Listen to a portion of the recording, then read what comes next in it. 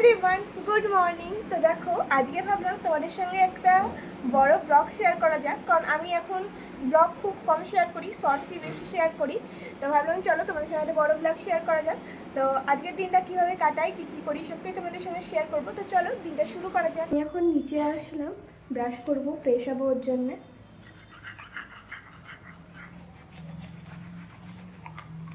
তো আমি এখন ড্রেস চেঞ্জ করে রেডি হয়ে নিলাম, কারণ যাব দিদির বাড়িতে। তখন আমি যাচ্ছি একটু দিদির বাড়িতে, কারণ আজকে আমাদের বাড়িতে হবে ছোটোখাটো একটু পিকনিক, বোনরা মিলে। তো দিদিভাইয়ের বাড়িতে সমস্ত কিছু আনা আছে, তো দিদিভাই একা আনতে পারবে না, দিদিভাই বললে আই নিয়ে যা। তো তার জন্যই এখন যাচ্ছি। আর আজকে না রোদ দিলেও খুব সুন্দর হাওয়া আছে, তাই খুব একটা কিছু মনে হচ্ছে না। এখানে বিরিয়ানি তৈরি সব কিছু মানে জোগাড় শুরু হয়ে গেছে। এখানে দিদিভাই আলু কাটছে, যেটা বিরিয়ানির মধ্যে দেওয়া হবে। আর এখানে চালটাও ভিজিয়ে রাখা হয়েছে যাতে ভাতগুলো ঝরা ঝরা হয়। আর এখানে চিকেনটাও ধুয়ে রাখা হয়েছে। তো এখনই বিরিয়ানিটা তৈরি করা হবে। কোনো বিরিয়ানি রান্নাটা কমপ্লিট হয়নি, বাট চিকেনটা হয়ে গেছে। ওই জন্য আমি এখন খাচ্ছি কষা মাংস। এই যে, চলো খেয়ে রিভিউ দিই। দারুণ হয়েছে। দেখো, আমরা কিন্তু বিরিয়ানির হাঁড়ি খুব সুন্দর করে সাজিয়ে দিয়েছি। আর এখন বিরিয়ানির হাঁড়ি গ্যাসেও চাপিয়ে দেওয়া হয়েছে তৈরি হওয়ার জন্য। আর এটা হলো বিরিয়ানি ঢালার সময়কার সকলের অবস্থা।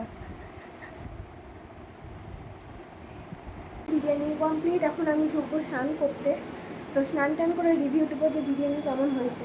তো আমার তো স্নান কমপ্লিট, তো চলো এখন খেতে যাব। এটা হলো বিরিয়ানির পুরো মানে ফাইনাল লুক। তো এখন আমি খাবো।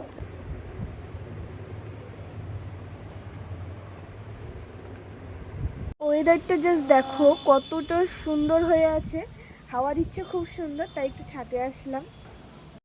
তো এইমাত্র তো খেয়ে দিয়ে আসলাম। আর বিরিয়ানিটা দেখে প্লিজ কেউ কিছু বাজে কমেন্ট করো না। তো তোমাদের সঙ্গে একটা কথা শেয়ার করি।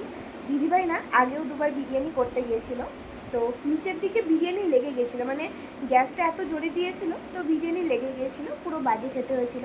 এবার তাও একটু খাওয়ার মতো হয়েছিল, তো তার জন্যই খেয়ে দিয়ে এখনই আসলাম। মোটামুটি ভালো হয়েছিল, খুব একটা খারাপ না। তো আমি এখন রেডি হচ্ছি, কারণ আমার 5:30টায় টিউশন আছে। তো এখনই বেরিয়ে পড়বো। আমি এখন যাচ্ছি পড়তে। আর আমি না ওই ড্রেসটা চেঞ্জ করে এটা পরে নিয়েছি, কারণ গরমে খুব গরম লাগছিল। তো চলো,